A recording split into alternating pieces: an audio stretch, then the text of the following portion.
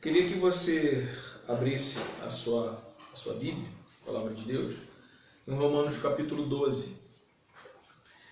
A partir do verso 9, nós vamos ler do verso 9 ao verso 21. Depois, em sequência, vamos pular para o 13, capítulo 13, é uma sequência, versículo 8 a 10. Né? Mas na sequência vocês vão entender. Vamos ler então o capítulo 12, no versículo 9 até o versículo 21. E na sequência, o capítulo 13, só que aí não o versículo 1, versículo 8 ao 10. Né? Na sequência. Amém?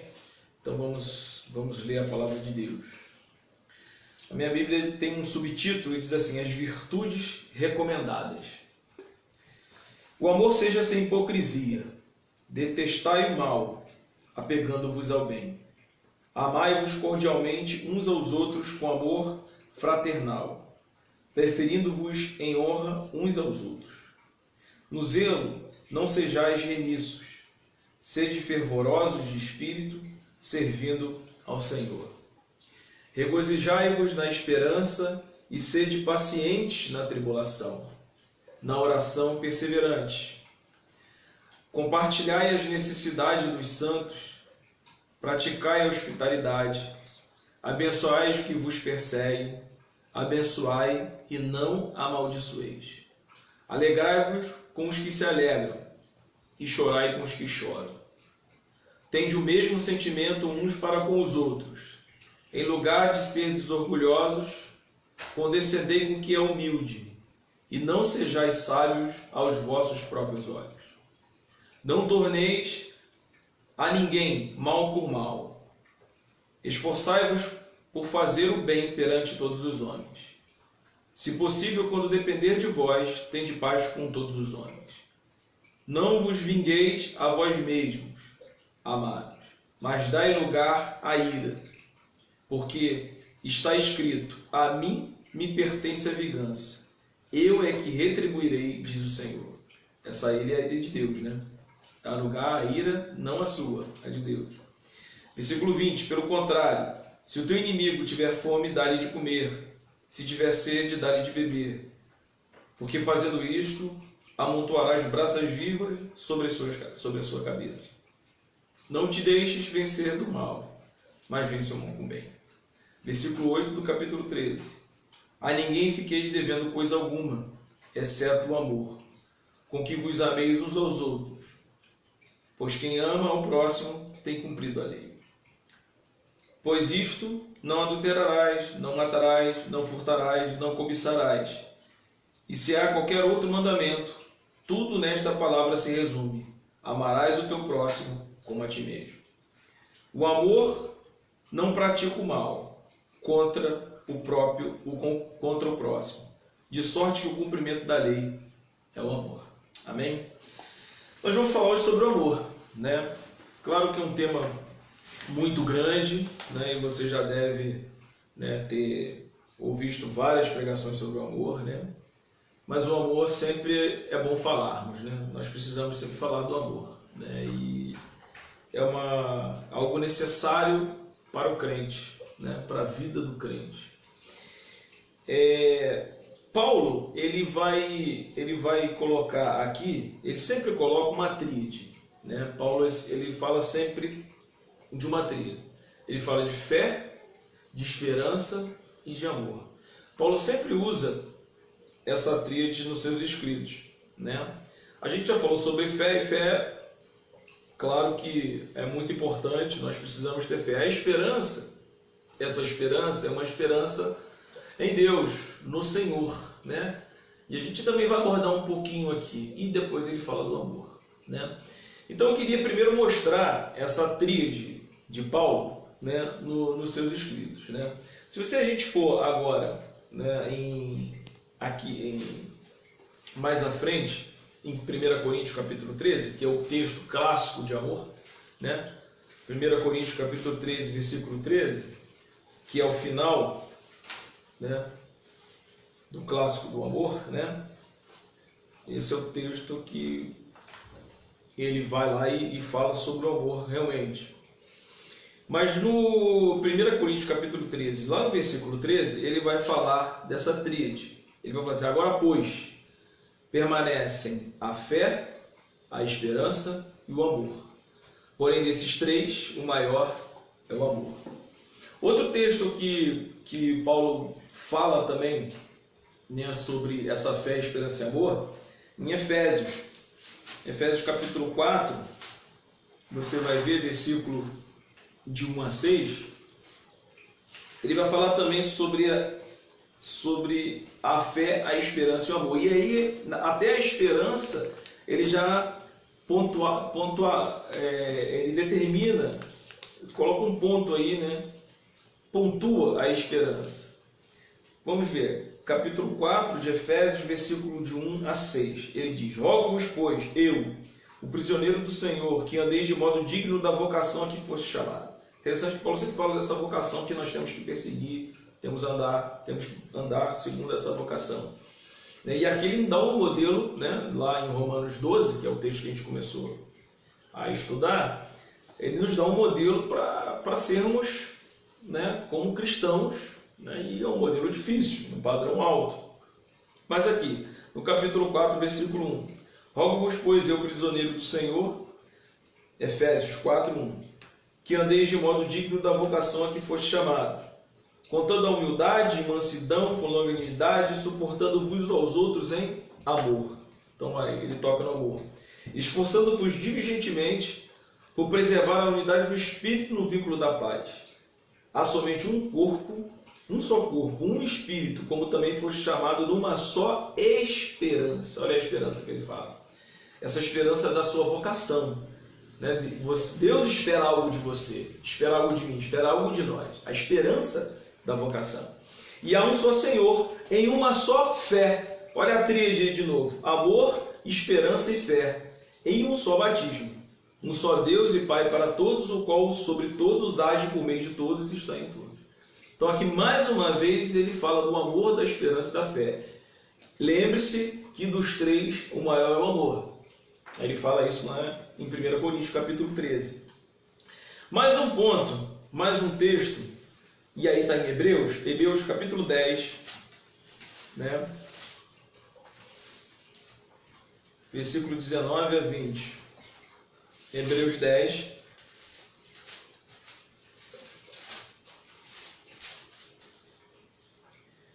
Versículo 19 ao versículo 20. Hebreus, a princípio, as pessoas não sabem, os teólogos não sabem quem escreveu a carta de Hebreus. Ela não está assinada. Mas a maioria dos teólogos acredita que foi Paulo que escreveu, até por alguns detalhes que confirmam, né, que parecem com o escrito de Paulo. Um deles é esse agora que a gente está lendo. E ele fala, capítulo 10, versículo 19. Tendo, pois, irmãos, intrepidez para entrar no Santo dos Santos, versículo 19, capítulo 10 de Hebreus. Pelo novo e vivo caminho, que ele nos consagrou pelo véu, isto é, pela sua carne. E tendo grande sacerdote sobre a casa de Deus, aproximemo-nos com sincero coração, em plena certeza de fé, tendo o coração purificado de má consciência e lavado o corpo com água pura, guardemos-nos firmes na confissão da esperança, olha aí, fé e esperança, sem vacilar, pois quem faz a promessa é fiel.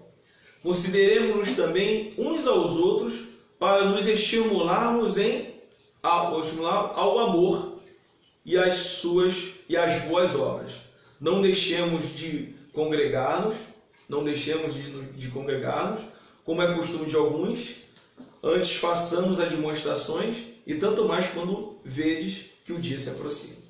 É engraçado que no outro texto, lá de Romanos, ele também fala que o dia se aproxima. No texto que a gente acabou de ler, o primeiro, no capítulo 12, ele fala que o dia se aproxima, né? Interessante que ele fala, né, há uma convicção dos discípulos que Jesus iria voltar em pouco tempo, em breve tempo, né? Tanto Paulo como Pedro, eles acreditavam, né, que Jesus ia voltar num breve tempo.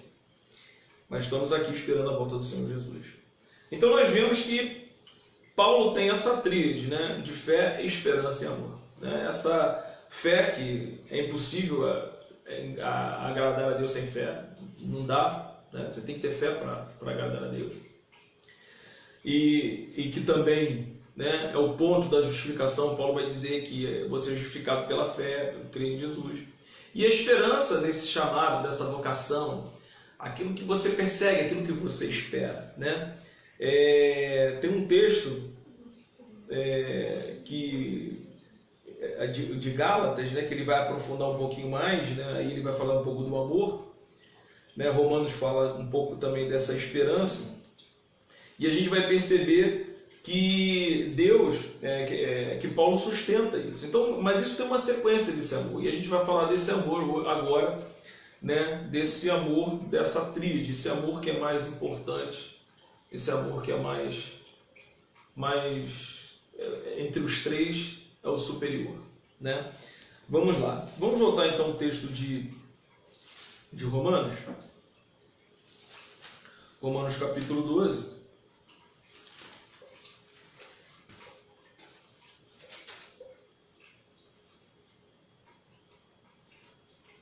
Que ele vai começar a mostrar um pouco desse amor.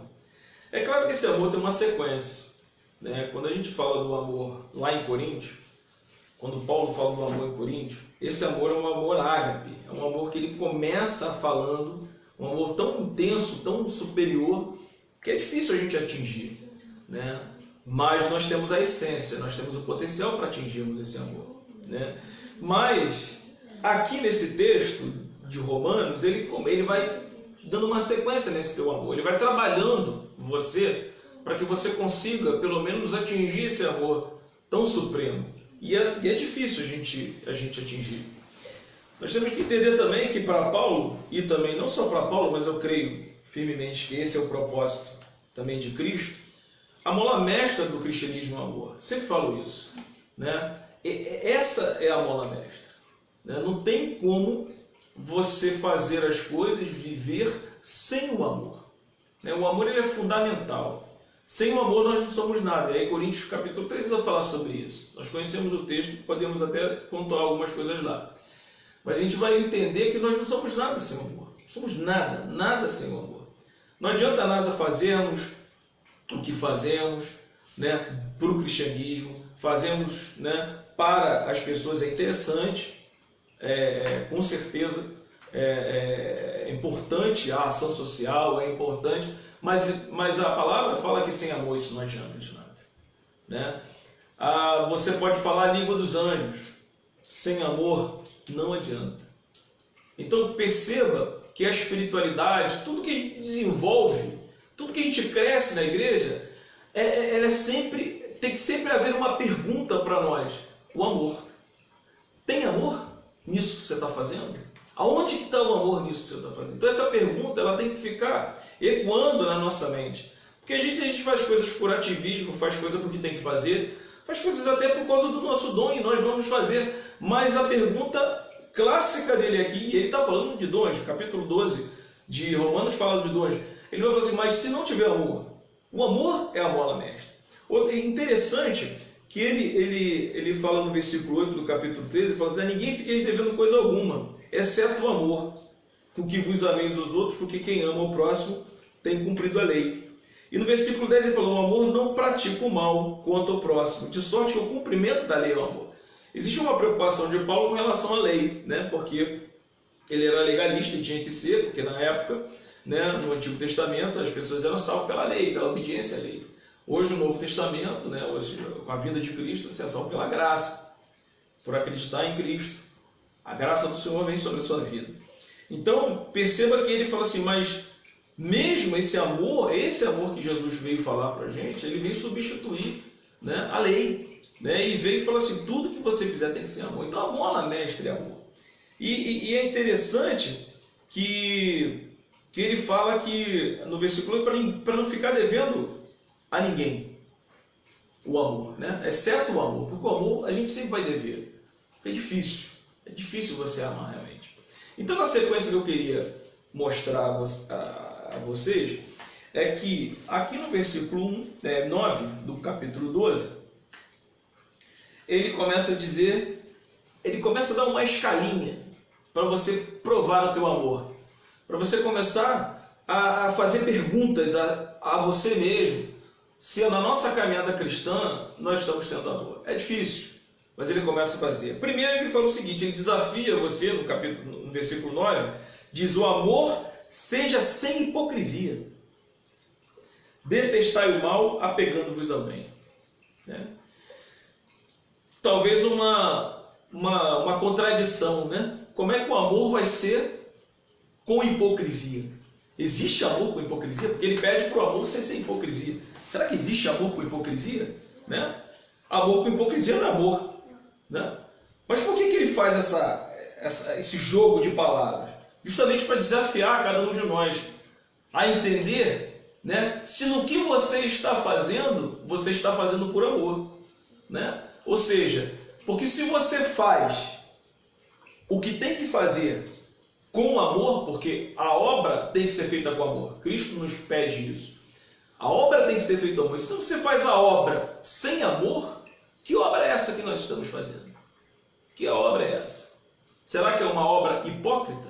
Porque de repente podemos ser até hipócritas sem saber. E aí ele pergunta justamente isso. Nós não temos que ter um amor, né? E ele fala assim, às vezes em outros, ele fala um amor não fingido. Em outros textos, Paulo sempre vai bater nisso. Esse é um texto que eu peguei, é Romanos, mas ele vai falar sempre isso. O amor não fingido. Né? Então nós temos que ter verdade naquilo que fazemos e um amor verdadeiro. E se não tivermos amor, nós temos que ser verdadeiro conosco e entender, não temos amor. Temos que ter. Senhor, nos dá amor para fazer a obra. E a palavra de Deus fala que no final o amor vai se esfriar, né? De muitos vai se esfriar. Porque o amor é a bola mestra. Mais adiante, então, ele começa a falar isso. Esse amor, no versículo 10, aí ele fala assim, no versículo 10, ele diz: agora, amai-vos cordialmente uns aos outros, com amor fraternal, preferindo-vos em honra uns aos outros. Aí ele vai mais a fundo. Quando ele fala aqui de amor com hipocrisia, né, é claro que ele está falando aqui, obviamente, não só daquilo que fazemos. Como eu falei, profundamente lá em Coríntios ele vai falar isso. Né? O amor do que você faz, das coisas que você está fazendo. Mas ele está falando aqui do amor com as outras pessoas. Ele está falando com um irmão, né? Com teu amigo, teu irmão lá na igreja. Né? Às vezes nós temos atitudes fingidas. Então ele está falando assim, começa a tratar primeiro isso para achar verdade naquilo que você faz. Então por isso, como eu falei da outra vez, a fé é algo de ousadia. Você tem que ser ousado em praticar a fé. E a fé ela não está destituída da esperança e do amor. Ela não está separada. Por isso que ele usa sempre a tríade: fé, esperança e amor. Então, como eu falei da outra vez, a fé, quando você vai a um irmão que te magoou, você vai ali em verdade, querendo fazer algo e querendo resolver uma situação verdadeira. Você está sendo verdadeiro. Então, o que ele fala sem hipocrisia é porque ele coloca a verdade. Então, nós temos que agir com o nosso irmão em verdade. Então, se muitas vezes ele nos magoa e tal, a gente tem que falar. E a gente tem que acertar essas arestas. Mas, antes de acertar a aresta, porque às vezes a gente pode acertar a aresta de uma maneira errada. Aí é o versículo 10. Ou seja, julgamento. Nós fazemos sempre um julgamento das pessoas. Então, temos que ter um cuidado. Antes de aparar a aresta, nós temos que fazer um julgamento nosso. E entender que nós não podemos também fazer um julgamento para o nosso irmão. O que é o julgamento? O julgamento é quando a gente acha que a pessoa a quem você se refere, a pessoa, o seu irmão, tem que ser igual a você. A gente faz muito isso. A gente acha assim, poxa, fulano tem que ser igual a mim. Pedro tinha um embate com Paulo. Né? Paulo achava, depois teve problema com Marcos. Eu olho logo que Paulo pregava o amor, ele dele mesmo teve problema com Marcos. Ele achava que Marcos era muito disperso. Né? Ele pediu para que ele se encontrasse, o tempo lá, o específico para ele se encontrar, e ele não foi lá. né? Ele chegou atrasado, ele falou, pô, como é que um camarada desse que vai trabalhar comigo chega atrasado? João Marcos que escreve o Evangelho. Então ele vai fazer assim, pô, como é que chega atrasado? Não, comigo tem que ser certinho. Paulo devia ser um camarada chato, certinho com tudo. E aí, né, acontece isso. E depois ele falou, não, pode voltar, não quero mais você não. E depois no final ele falou assim, poxa, traz aquele fulano, Marcos, manda ele trazer lá depois. Ele reconhece o erro, ele falou, traz aí meus alfarrábios, meus inscritos, eu preciso, manda aquele menino trazer para mim. Então quer dizer, nós erramos também, mas nós fazemos pré-julgamento. Paulo ali naquele momento fez o julgamento de Marcos, que eu não deveria fazer, né? E depois ele viu que precisava de amor naquele momento. Já bem, o amor não é para tampar os buracos, mas ele desafia a gente a entender aqui, né, a não julgar o nosso irmão. Né? Nós não podemos ter uma atitude de julgamento, e Jesus Cristo fala também, não julgai para não ser julgado, mas para não ser julgado. Mas nós não podemos ter esse julgamento pré-concebido, porque é segundo os nossos julgamentos. Nós estamos errados também. Então, no versículo 10 ele fala, então, para você amar cordialmente uns aos outros, com amor fraternal, preferindo-vos em honra uns aos outros. Muitas vezes, e o que faz a gente julgar? Quando a gente julga, a gente se coloca numa posição superior. Isso é horrível. Nós não podemos, nós temos que ser igual. Então esse pré-julgamento nos coloca já numa condição superior. Ele falou assim, não, você tem que preferir o outro a você. Olha o que ele fala, né? Em honra. Ou seja, você tem que servir a teu irmão em honra. Entender que é uma honra estar com ele ali. Agora, o que faz isso, amado? É muito bonito a gente falar aqui, mas o que faz isso é você congregar junto. É como ele fala, não deixar de congregá-los. Porque é assim que você vai entender. Você vai trabalhar com o teu irmão, ele vai ver tuas falhas, você vai ver as falhas dele, mas uma coisa você vai ver nele, graças a Deus que você vai ver, e eu também quero ver isso, é o amor com que ele faz a obra.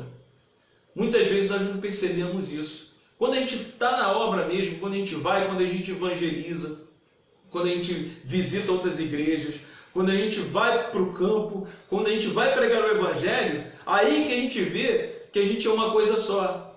E a gente vê a aflição, o cuidado de cada irmão em pregar o Evangelho. Eu me lembro que antes de... Carla. Eu me lembro que quando eu estava foi no dia, até o dia que eu prestei, né, para fazer a banca lá em Mangaratiba, e a gente foi com a igreja de Angra. Só que antes da banca a gente já fez um evangelismo na praça. E eu vi a alegria daquelas pessoas, tanto jovens quanto já os idosos, né? Tinha um presbítero que até faleceu, e ele falava assim, não, vamos pregar, pastor, vamos pregar o evangelho ali. E entrava no meio das casas, e a gente pregando o evangelho na praça, em todos os lugares, fomos para colégio, nos colégios, a gente pregou o evangelho, e a gente fez um arrastão ali no centro de Mangaratiba, uma coisa maravilhosa. E a gente vê a alegria, você viu o olho explodindo de alegria em pregar o evangelho. Que maravilha, que maravilha. Aí você fica alegre, por quê? Porque você vê o amor do teu irmão, o cuidado, o zelo dele praticando o amor. Então muitas vezes, quando a gente fica muito entre quatro paredes, falta isso, falta o exercício. E a mola mestra, né? Ou seja, a liga que dá no corpo é o amor. O dedo vai, aqui são os músculos, mas o dedo vai se unir à mão pelo amor. E aí você vai ver o corpo de Cristo em amor. Efésios fala isso, nós somos um corpo. Então esse amor, ele tem que estar aí, ó, forte, forte. Né? É o que te incomoda, aquela pessoa que está perdendo a vida por não conhecer o Evangelho. Aquilo te incomoda. Então de alguma forma você vai querer colocar os seus dons, aquilo que você quer, em prol daquilo que você realmente acredita, que nós acreditamos, né? Que é pregar o Evangelho. O Evangelho é toda criatura, ela salva, ela transforma a pessoa, ela torna uma pessoa melhor e coloca na graça do Senhor. Então, Paulo está dizendo justamente isso. Esse amor tem uma sequência. Né? Se a gente não ama aquele que está próximo de nós, vai ser difícil a gente chegar a esse amor de Coríntios capítulo 13. que é aquele amor que, né, está acima de todas as coisas. Então ele vai engateando aqui. Então ele falou assim, primeiro, meu amado, tenta viver o amor sem hipocrisia. Começa aí. Começa tentando com o teu irmão. Se tem alguma desavença, se tem algum problema, e aí é um texto que mais à frente aqui ele vai tratar disso, no capítulo 13 aqui de Romanos. Ele vai tratar no 14, ele vai tratar de uma questão bem complicada aqui, né? Que é em relação que os mais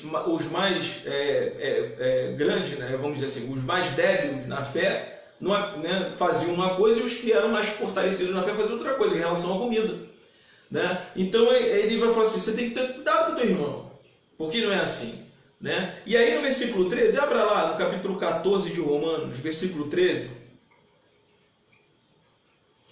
ele fala assim, não nos julguemos mais uns aos outros, pelo contrário, tomai o propósito de não pôr de tropeço ou escândalo a vosso irmão. Aí ele vai continuar no versículo 15, eu vou pular o 14, no 15 ele vai, se por causa da comida o teu irmão se entristece, já não anda segundo o amor fraternal. É isso que ele está falando ali. Por causa da tua comida, não faças perecer aquele a favor de quem Cristo morreu. Então não deixa uma briguinha acabar com o amor em você. Porque no versículo 18, ele vai falar, aquele que deste modo serve a Cristo é agradável a Deus e aprovado pelos homens. Ele vai falar justamente isso no versículo 16. Não seja, pois, vituperado o vosso bem. Ele fala assim, no versículo 15, na parte B, por causa da tua comida, não faças perecer aquele que é a favor de quem Cristo morreu. No versículo 16, não seja, pois, vituperado o vosso bem, retirado de você o bem. Então, quando você briga com o teu irmão, o bem teu que eu amo é retirado. Ele falou, não deixe isso tirar de você. Porque aí no 17, porque o reino de Deus não é comida nem bebida, mas justiça e paz e alegria no Espírito Santo. Ele falou assim, não é comida, e eu falo, não é só comida, é a briga, né? Porque depois ele vai falar ali, né, mais à frente também, mas não perca isso. Não deixa a graça, não deixa você perder o amor por causa de uma briga, por causa de desavença. Isso destrói você, tira teu bem nisso. Então isso não é bom para nós como crentes. Então Paulo, como eu falei, vai seguindo, né? Então ele faz o amor, então seja sem hipocrisia. Amai-vos cordialmente uns aos outros, com amor fraternal, preferido-vos honra uns aos outros. Então ele começa com o teu irmão, né? Começa com você, não tendo uma imagem negativa do teu irmão. Corta essa tua imagem, né? Corta essa hipocrisia, corta isso. Depois vai para o teu irmão, tenta viver com ele a unidade, o amor, o exercício da fé. E depois no versículo 8, ele ainda fala, né? Versículo 8 do capítulo 13: a ninguém fiqueis devendo coisa alguma, exceto o amor, com que vos ameis uns aos outros, porque quem ama o próximo tem cumprido a lei. Aí ele toca no que Jesus fala, que vos ameis uns aos outros. Aí é o terceiro ponto, que é mais complicado, né? Quando ele fala que vos ameis uns aos outros. E nesse ponto ainda tem dois subpontos, mas vamos devagar. Então, primeiro ponto que a gente vê ali, vamos para repetir, né? O amor seja sem hipocrisia, ou seja, você tira o véu de você, você tenta não ser hipócrita no teu amor.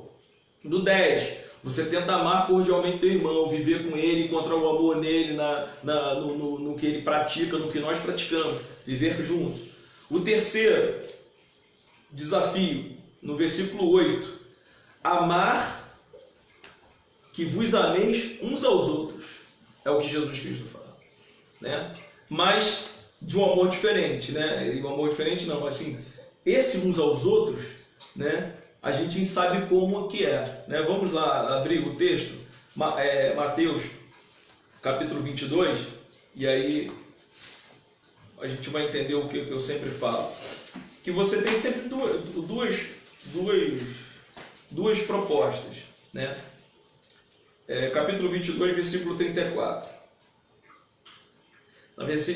34 é o grande mandamento, mas 30 é a sequência, a separação. Versículo 37, que os fariseus ficam perguntando para Jesus como é que é esse amor.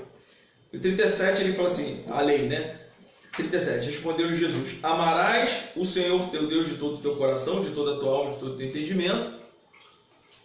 E este é o grande primeiro mandamento, sem discussão, isso está na lei. Mas no 39, o segundo, semelhante a este, é: amarás ao teu próximo como a ti mesmo. Então você vê que ele fala para os fariseus: amarás ao próximo como a ti mesmo. E é essa sequência que eu falei. Primeiro, aquele fariseu que ainda não entendia, não conhecia Cristo, não sabia, mesmo assim, ele fala da lei do amor para ele. Ele ainda não tinha, esses fariseus, eles não eram convertidos. Eles ainda não tinham o Espírito Santo. Mas ele falou já da lei do amor para esses homens. E é interessante que esse amor ainda é a mola mestra, né? Só que para nós, ele é muito mais desafiador. Por quê? Aqui, nesse momento, a instrução para aquele que ainda não tinha o Espírito Santo, aqueles que não conheciam ainda a Jesus, que não estavam com ele, não tinham uma vida com Cristo, era amar ao próximo como você ama a você mesmo, ou seja, a ti mesmo. Mas o nosso desafio como cristãos é muito maior que esse. Está lá em João capítulo 15, versículo 12. Abra lá em João capítulo 15.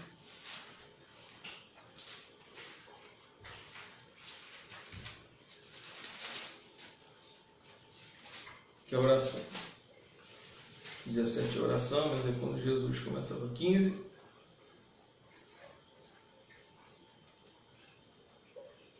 Capítulo 15, versículo 12. Falei 18, né? É 12. Olha o que ele fala. João capítulo 15, 12.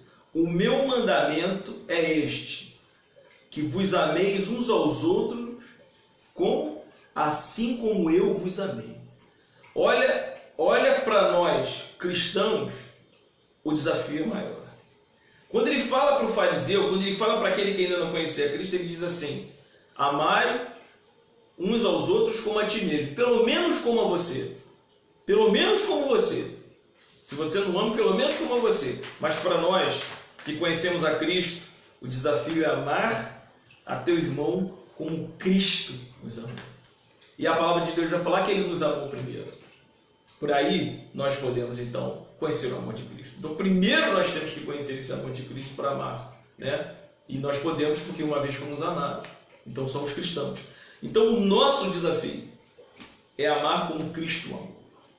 E aí é muito mais tremendo, né? Esse amor que vai unir o corpo de Cristo, ele não é simplesmente um amor fraternal, um amor altruísta, um amor, né, que você se espere, mas mais ainda, ele é um amor divino.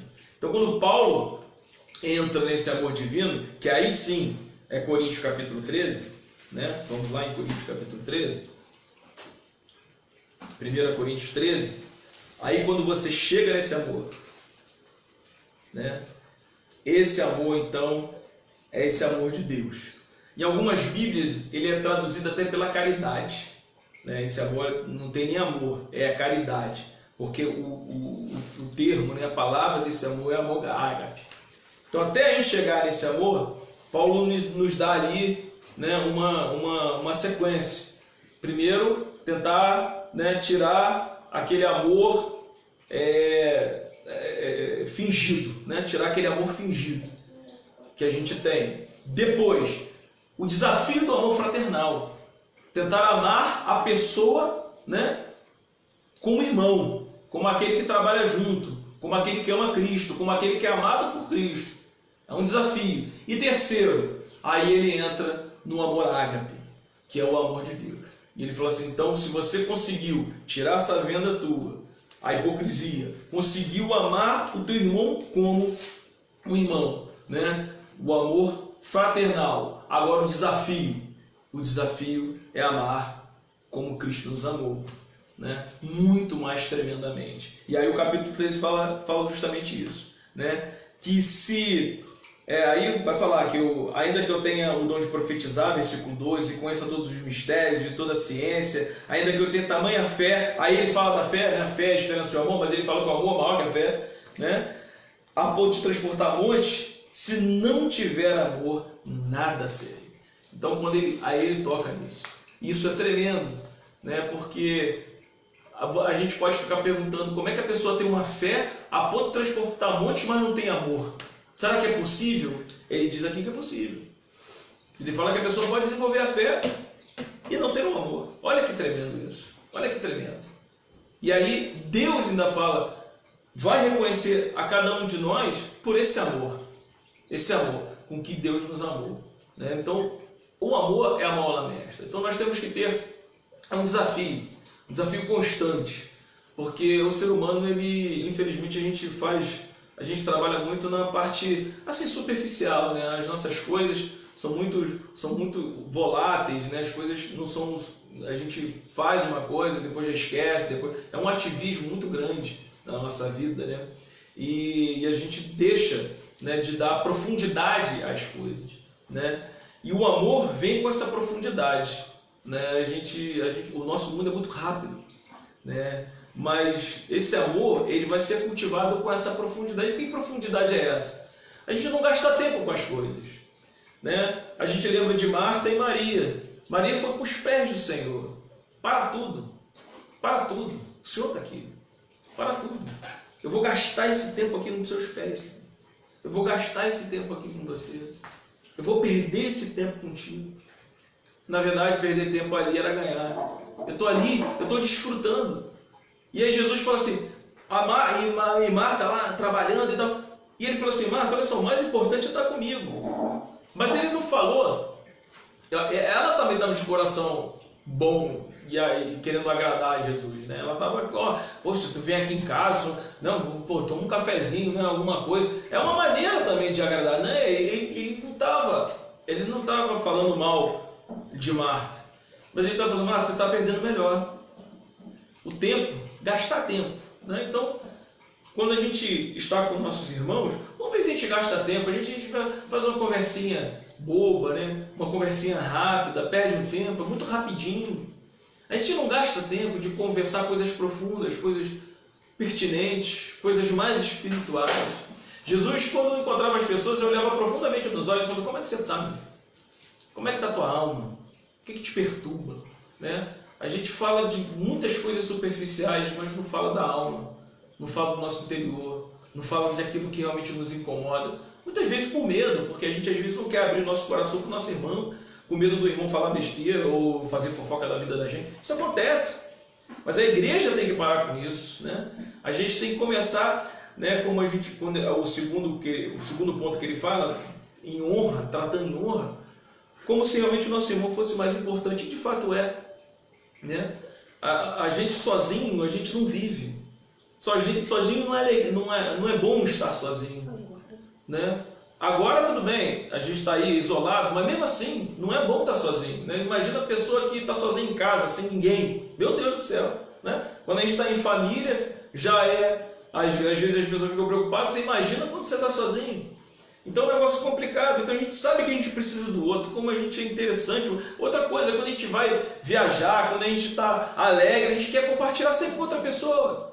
Quando a gente vai num lugar, ir num lugar sozinho é sem graça, mas quando a gente vai com os amigos, com quem a gente gosta, fica melhor. Por quê? Porque é a lei do amor, gente, não adianta. A gente está para servir o outro, a gente se encontra no outro. Tem muitas pessoas também que vêm de fora, acontece muito isso nessas ONGs, né? São pessoas que moram na Suíça, esses lugares super desenvolvidos, né, que tem depressão, as pessoas se matam. As pessoas vêm para cá, encontram outra maneira de viver. Por quê? Porque vivem para ajudar o outro. E aí começa a dar aula para menino carente, aqui em Paraty, né? Tem muitas ONGs aqui, Banga, começa a se envolver com as coisas, e a pessoa fica feliz da vida, alegre, porque está ali no meio, porque está fazendo alguma coisa. Por quê? Porque você está aqui para servir o teu próximo. Não tem como a gente viver sozinho, né? Então quando a gente encontra nisso, e mais ainda a honra, como ele fala aqui no versículo 10, a honra é você servir teu amigo, teu irmão. Isso te alegra, e você fica feliz. E quando também é alguém que deva a honra, né? Aí mais é que você fica alegre. Aí que você fica feliz mesmo, com alguém decente, né, que você pode fazer e viver. Então eu acho que essas coisas fazem com que o nosso desafio de viver o amor. Então que a gente fique com essa palavra, né, que ela é gradual, né? E que você pelo menos tente exercitar isso, né? Depois que a gente estiver fora, né, voltar a se reunir, né? A gente tentar tirar essas visões que a gente tem, porque a gente quer sempre que o outro seja igual a gente. Tirar isso, tira esse véu do teu rosto, né? Dos teus olhos, né? Tenta entender o outro como ele é e entender o amor de Cristo nele. Depois, pratica, vive junto, né? Prega o evangelho junto, vai junto falar de Jesus. Você vai ver que vai ser diferente. Você vai ver que quando você vive o amor de Cristo, vive fazendo as coisas, é melhor. Me lembro que a gente saía, né, com um grupo lá da igreja, com a tia Sueli, né, e a gente ia tocar, evangelizar. Sempre a gente fazia isso, o Jeff, né, o André Lopes. A gente pegava sempre uma van, botava todo mundo dentro do carro, ia para um lugar, passava lá o dia, passava o final de semana, pregava o evangelho. Muito importante, isso muito legal. Fiz isso na igreja Fluminense também várias vezes. E isso é uma coisa que alegrava o nosso coração, porque a gente estava com o outro, conhecia. E mais ainda, na hora de praticar as coisas, na hora de fazer e pregar o evangelho, a gente via como a gente estava unido, quando a gente conheceu particularidades, quando a gente viveu juntos, né? As pessoas que trabalham com missionário, né, tipo a Jocum, né, que trabalha com... É muito legal quando você então está com o teu irmão e pratica. Então esse é o segundo ponto. E o terceiro, desafiar em amor, né? A gente viver esse amor, já que se a gente conseguiu passar por esses dois, a gente tentar viver então o amor de Cristo, o amor ágape, aquele que excede todo entendimento, né, o shalom, a paz, né, que nos dá por a gente atingir esse amor, que é a prática do cristão, né? É um desafio na nossa vida, mas que a gente olhe para nós mesmos e entenda assim, ó, preciso mais de amor na minha vida, preciso ver com mais amor. E a palavra de Deus ainda fala que no final dos tempos o amor vai se esfriar. Então cuidado, não deixe o amor se esfriar do seu coração. Amém?